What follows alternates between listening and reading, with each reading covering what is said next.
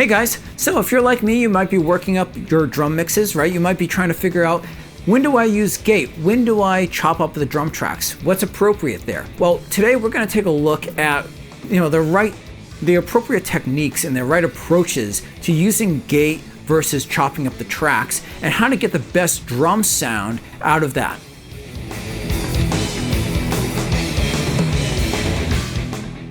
Okay, so what we're going to do is we're going to take a look at this project. This is a song called Skied by 3 Points of Madness. This is something that I've gone through already from before. I've already done the gates. I've already done all the chopping up of the tracks. So what we're going to do is we're going to take a look at what my approach was here, and what the best practices were that I used as part of putting this together. So the very first thing that you need to do before you do anything else is that you need to make sure you understand the program material, right? How you're going to approach gating is going to be dependent on what the drums are, on the performance, right? How quick in succession the hits are, how much space there is in the music, right? So first thing we got to do is we're going to take a listen. In this song, towards the beginning, we have a section that has a lot of toms.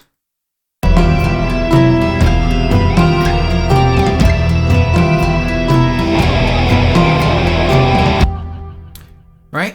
And then later on, we got a section where it goes into more of a typical drum beat, right? Where it's on the hi-hat and snare.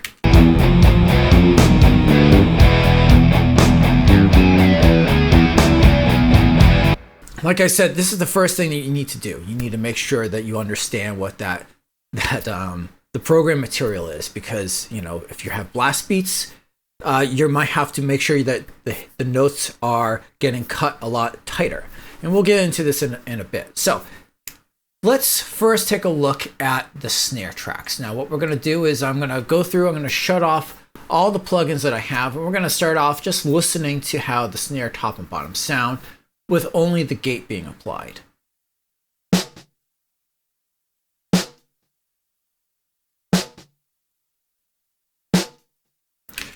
So obviously, the gate's doing this thing, right? It's cutting out. There's all this extra stuff that's in here that is not making through. And the snare is coming through. But if we take a little bit of a listen.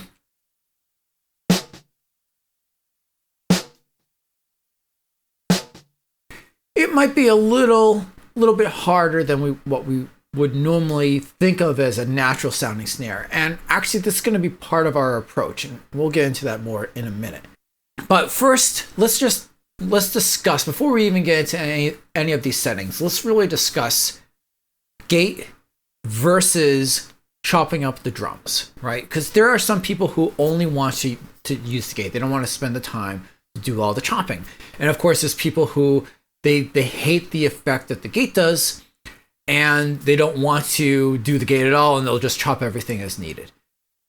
In reality, you need to do both, but your approaches need to be very different. And what I would say is, when you're working with the gate, you need to treat this as if it's almost like it's like the artistic side of things, right? When you're doing the chopping, that is more of like kind of the technical version of what you're working with, right? It's just the kind of like blunt force, getting rid of what you need. But when you're working with the gate, like I said, it's more of an artistic thing. And it's in part to get rid of the sound. But what we really want to do is to actually try to sculpt the sound. When you have a drum, there's some natural fast attack. And the tom kind of naturally has some sort of amount of time that it takes to start to die off. And sometimes with a lot of this other stuff, it kind of undoes that, right? If there's a lot of extra weird reverberation in the room, and it's kind of working against what you're trying to approach. And so we want to find gate settings that match well with the drum, that kind of make it sound natural, that this is how the drum would normally sound. We're actually going to go a little bit harder than that, and we'll go into the reason why. But that's generally what our approach is, right? So what settings are we going to be worrying about here? So obviously, we have the threshold, right? Now, like I said, we're going to take kind of a hybrid approach. We're going to do gating and we're going to do chopping. That means that you should not be setting the threshold such that you're getting rid of all of the problem areas. Okay, and this is actually probably the first and biggest issue that I see people have, is that you try to get rid of too much. You know, you start off with a threshold and it seems pretty good, and every so often it's just like one hit that gets in the way, and you just keep going harder and harder on the threshold. And now next thing you know, ghost strokes aren't coming through, press rolls aren't coming through, and you're having problems. It just sounds unnatural. And again, like I said before, that's in part why it's so important to know the program material that you're working with, right? You need to find those little spots where you might run into problems with the gate, and you need to make sure that the gate is open enough. Maybe you even have to automate things a little bit to make sure that you don't run into problems, where if it's a really quiet passage, you might have to have the threshold at a different point than at a louder passage. So yeah, like I said, the threshold should be set so that most things are taken care of, but not everything. We're probably going 95% of the time, the threshold should take care of things, but you're going to have to go through and do some chopping. In fact, if we just take a quick look at what we've got here, you can see I got some parts in here where looks like where I don't have the snare at all, and I've basically completely taken it out on both tracks. But on the snare bottom, yeah, I had to do some weird little chopping, because maybe when I hit the bass, maybe I hit the bass drum just a little bit harder there, right, and it caused the snare to buzz. And I think you'll probably find this most often on the snare bottom side, where you're really having to pay attention, you're really having to chop things up. But like I said, you cannot go too aggressive on the threshold, or you're just going to run into a lot of problems. So yeah, set your threshold, take care of like 95% of the stuff. Then you're just going to manually have to chop everything else out. Before you get into the chopping, though, you should go through and take care of all of the rest of the settings. So what are the rest of these settings? The attack, this is what happens when you go above the threshold. Okay, so now again, let's just take a look at this play for a second.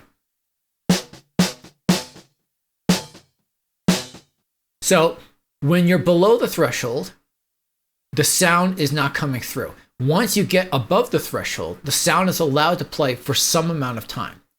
The attack is basically how long it waits before it opens up and lets that sound go through.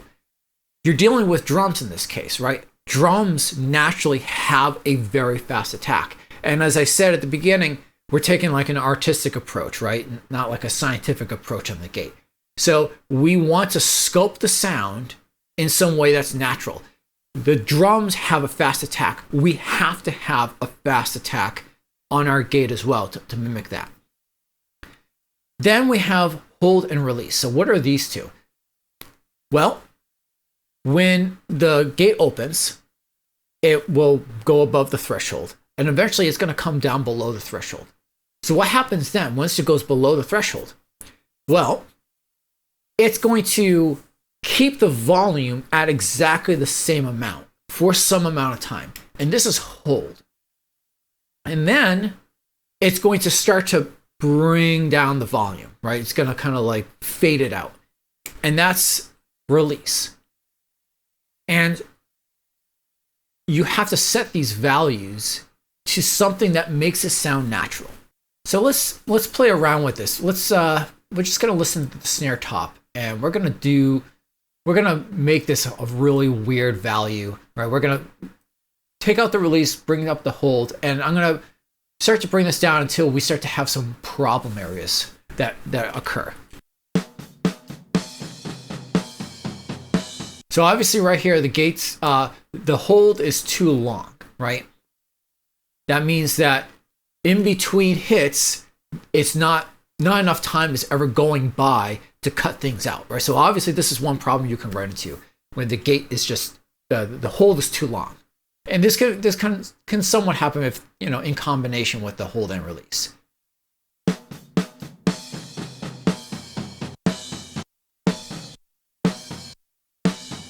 All right, so now we've gotten the hold down a bit. It's obviously dropping out in between, which is something that we want, but when it drops immediately, right? And that's because the release is all the way down, right? So it doesn't sound natural. And of course, if we bring this way, way down, what happens? All right, now it sounds like something from my Nintendo, right? It doesn't sound like a snare anymore. So you have to find hold and release values that will sound natural for you. Now, before we get into what I usually start with, let me just make one note is that you probably don't ever want to get to a hold value that's less than 30 milliseconds. And that just has something to do with, when you're putting music into your mix, right? You're probably used to having to deal with the volume, the panning, whether or not there's competing frequencies, all these different things you're thinking about as far as making sure that the audio is able to cut through. Well, one other thing is how long the note plays and whether or not, your ear and your brain is able to properly interpret it. And if the note is too short, you can't decipher it. So yes, do not go too short. Don't go less than 30 milliseconds there. So what do? Typically, whenever I'm working something up, I start with this kind of setting. I'm starting with a hold of 50 and a release of 350. And I've just kind of found that to be a good starting point. And then you just have to kind of work these settings a bit until you find something that sounds good and might be just a little too aggressive. Now at this setting, it sounds pretty natural. So I just, I need to just go just a little bit harder.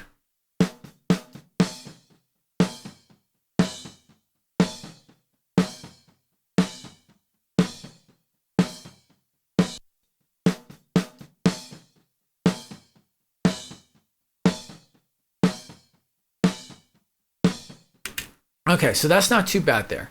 Let's switch over to the snare bottom. Hear what's going on over here.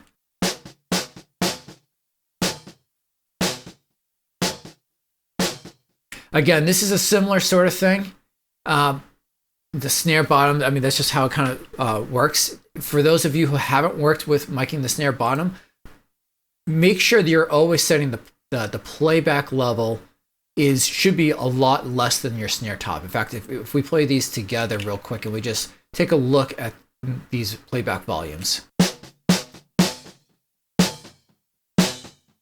you can see how much harder the snare top is compared to the snare bottom. Now, it's going to actually be a little bit different once I have all the plugins on, as far as what the playback level is, if I'm not doing kind of a unity gain approach. But that's sort of the thing you want to do when you're doing the playback levels. But again, from a gate perspective, let's kind of work up some settings and see what we can get from the snare bottom.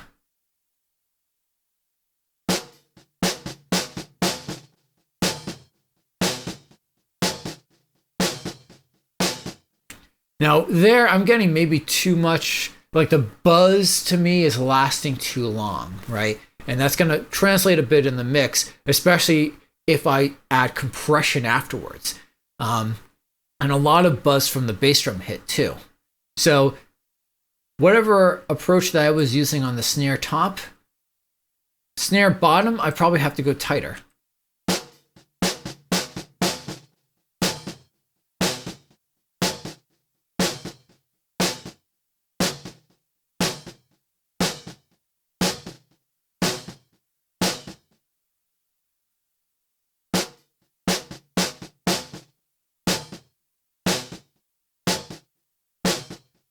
So I think that's a little bit better there. So once you've gone through and you've gotten all your gates set up, and it's sounding, pretty natural, this is when you would go through and you would start to cut things up. Again, like you might have a bass drum note or you might hit the tom that might cause things to kind of go above the gate. Don't adjust the threshold for that. You're going to have to go through and do a little bit of chopping. Now, again, 95% of what you're working with should probably be taken care of. Here's just kind of like I'm just kind of scrolling through so you can see some of the work that I had done in here. But, I'm not cleaning up in between every single hit, right? It's most of it is addressed just from the gate. Okay, so I had mentioned before that we want it to be a little too aggressive, and we're going to take care of that after. So what is it that we're going to do? Well, there's a few different approaches that we can take.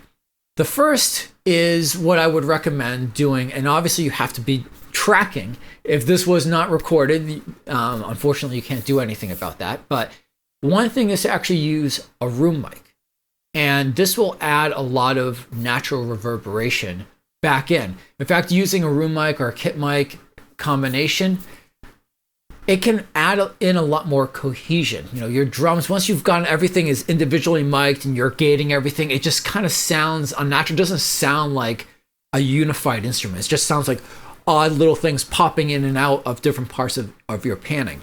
Adding in the room mic, it's almost like you're blending an effect, right? If you had some sort of effect and you could do like a wet dry mix. If you could think of your chopped up drums now as your wet, the room mic is like your dry in effect. And it's going to add in just a little bit of that natural reverberation back into your mix. Now, you're probably all used to using reverb on your snare as well. And of course, as you can see, I had plugins in here, plates on my snare tracks. In addition to using plates right on the drum tracks, though, you can also set up a parallel reverb bus. And that's what I've done over here. I have my snare and bass drum and tom all running into this other bus with a different reverb. And you can drive this up, and this is actually going to do a huge amount as well to liven up the drums and make it sound cohesive again and make it sound like that's how it naturally was recorded. But also important to note is a parallel drum compression. If you're using this, you need to make sure that you're working up your drum compression before you work up your drum reverb. Why? Well, because drum compression, it basically is a way of doing a massive amount of compression to your drums, and you kind of dial that in, and it kind of squares off the drums. And like I said before, part of listening back to the instrument, being able to hear it clearly, is part of that is related to how long the note is. So you don't want to, have your whole time release time combination too short. Well, the drum compression effectively is squishing down the attack to part of where the release was. So it's actually making the note longer. So it's almost like a very short reverb that's going in there. And so you really want to work that in before you start to work in your reverb, because you don't want to basically overdo the reverb that you have. The other thing to note is that while you might be going through with the tracks soloed when you're working up your gating, when you're working reverb, do this in the full mix. You might want to pop over to just the solo track or just the drum solo if you're trying to figure out what it is that this reverb is doing and trying to figure out the plug-in and whatnot. But those long reverb tails that you hear when you have it soloed, you're not going to hear those in the mix. And in fact, it's gonna be very different in the mix. Don't go crazy. Solo it to understand what the reverb does, and then go into the full mix to add everything in, right? To actually be dialing in the amount of reverb that you want. So what I'm going to do here is, just for illustration purposes, quick, I am going to keep the snare top and bottom soloed, and we're going to just listen to how those different aspects add to the sound individually. And then we're going to go back through. We're going to have the full mix playing, and we're going to add each one in one at a time and build the mix up that way. Okay, so again, this is with everything off for a second.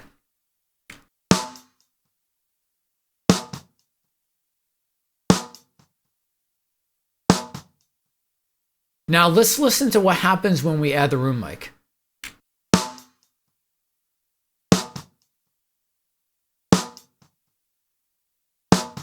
It's just a little bit fuller. Let's listen to that again.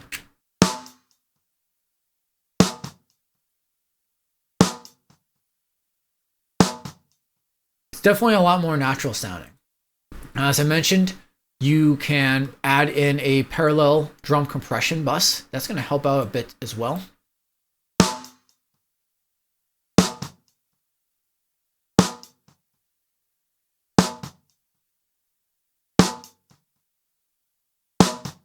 So just like I said, just doing that, it makes the snare note sound wider, right? It makes it sound like it's going on longer by doing that. You can add in those plate reverbs. Let's take a listen to that.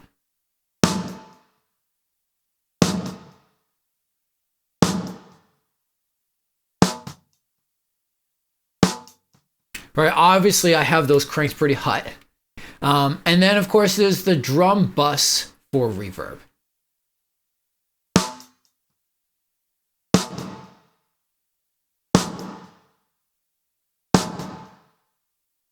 So obviously all those things are adding to the sound. It's greatly increasing how much perception there's going to be of that snare.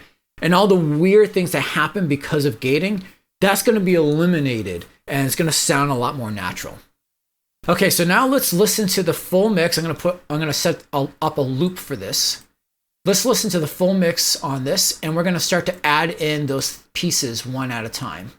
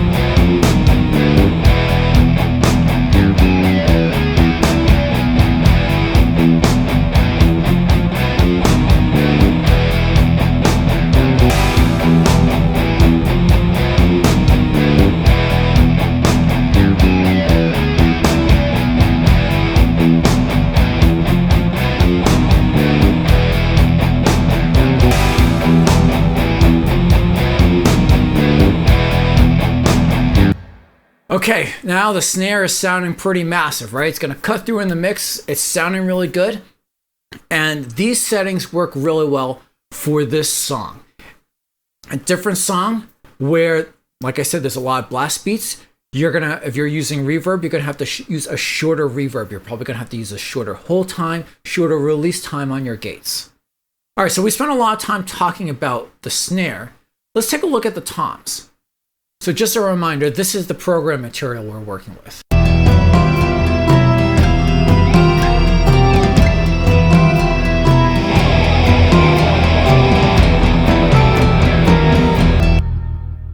So what was my approach on the toms here? It's pretty similar to what I did on the snare.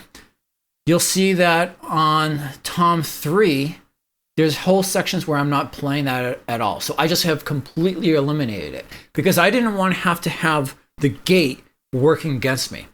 Again, I wanted to shape the drum sound with the gate, have something natural sounding. Now, what settings am I using on these tracks? Well, I am going with a longer hold and release time because that reflects kind of naturally how those drums sound. Right?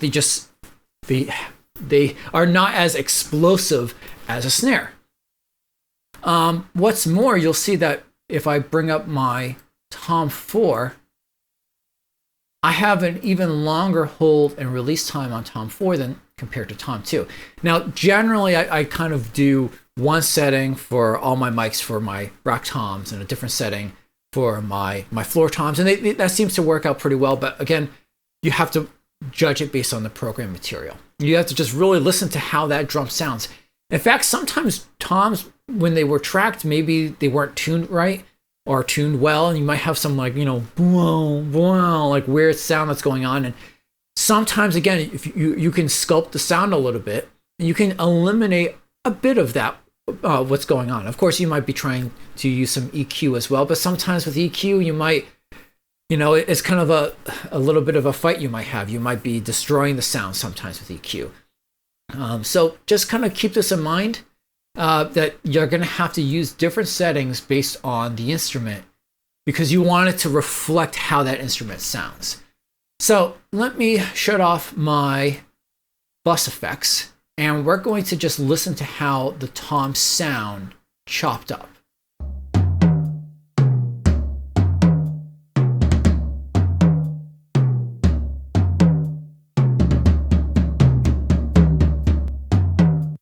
So two things to note. First, right at the start,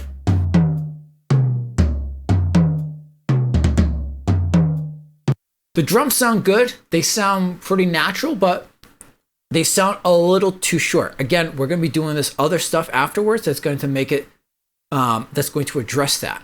But that was kind of our approach, is to just have it be just a little too short. The other thing is once the fourth tom starts to go into just repetitive hits, that part, it's important that the gate there is not doing anything weird. Remember I said before that you have to be wary of having a hold time that's too long, where it's not going to cut at all in between hits. And you also have to make sure that your hold time is not too short, right? We need to make sure that the gate is not kicking in between every single one of those tom hits. So now that we know that the drums are sounding pretty good there, let's take a similar approach as to before. Now, I use plates on my snare. I don't use plates inline on any of my tom tracks. So here, what we're going to do is we're just going to, I have the bus is turned off. Let me shut off the room so we can hear what it is a little bit drier, but in the full mix. And then what we'll do is we'll bring the room back in, then we'll bring the drum compression bus in, and then we'll bring the drum reverb in.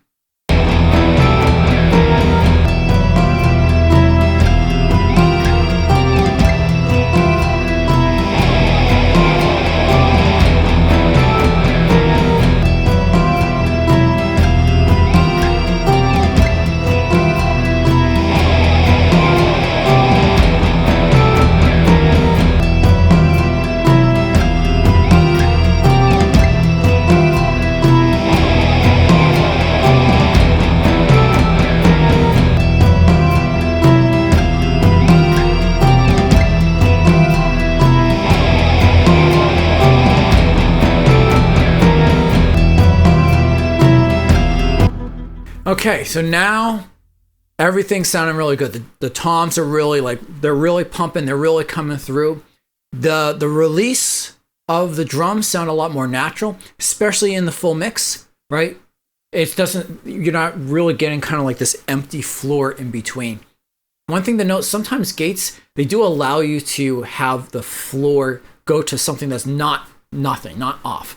I don't recommend that. I find that kind of makes things a little bit harder to make sure it's kind of nice and clean. I recommend having the gate go all the way completely off and then using a room mic to bring that stuff, to bring in a little bit more. You'll have more control, especially over the overall mix. So to summarize, what was our approach? First, we need to make sure we understand the program material. How much space is there naturally in the hits, right? Are we dealing with blast beats? Are we dealing with something that's really open? That's going to determine what we're going to do for hold and release settings on our gate. Set your threshold level to be something that will take care of 95% of what you need, but it's not going to be everything, and you're going to have to go in and address those problem areas once you have the gate fully set up. So you set the threshold, you have the attack really fast. Start with 50 milliseconds for your hold time, 350 milliseconds for your release time, and adjust based on that. Your snare top is going to probably need to be faster than that. Your snare bottom might be even faster than that. Make sure though that your hold time and the beginning part of your release is not less than 30 milliseconds. Otherwise, you're going to make the note so short, you're not going to be able to perceive it in the mix. Once you've got the hold and the release time kind of worked up, and again, you want to make it worked up such that it sounds pretty natural, but maybe a little too quick, that's when you'll go back through and chop up all the drums. And then you might be working through all that part a lot in soloed with the drum soloed. But then when you're trying to give it cohesion, when you're trying to put everything back together, you need to do it in the full mix. So what are you going to do to add it back into the full mix? You're going to add in room mic if you have it available. And I highly recommend you start recording with a room mic. On your snares, you might be using a plate reverb on your snare top and bottom to add a little bit more in there. That will be the second thing that you might be looking to add. Third, your drum compression bus. You're going to dial that in because that's going to cause the note to sound longer even though there's no reverb there. And finally, a drum reverb bus. Now, both of these, I should note, are in parallel mode, right? So all of the drums, if we consider all these to be dry, they're going to my normal drum and bass drum bus. And then I have sends to the drum compression and drum reverb. And we're basically adding these in as wet. If you want to know more about how to set up drum compression in parallel and the benefits of that, I have another video for that, and I'll link to that in the description below. So I hope you guys learned something. I hope that maybe this is going to help you with your drum mixes going forward. I'm putting out other videos like this, other things that work with mixing drums and mics for drums and all sorts of things for drums. So if you don't want to miss out, then don't forget to subscribe. Also, is there anything that you guys are interested in learning? Anything that might help you out with your own drum mixes or drum performances or anything like that? If so, let me know in the comments below. Until next time, peace.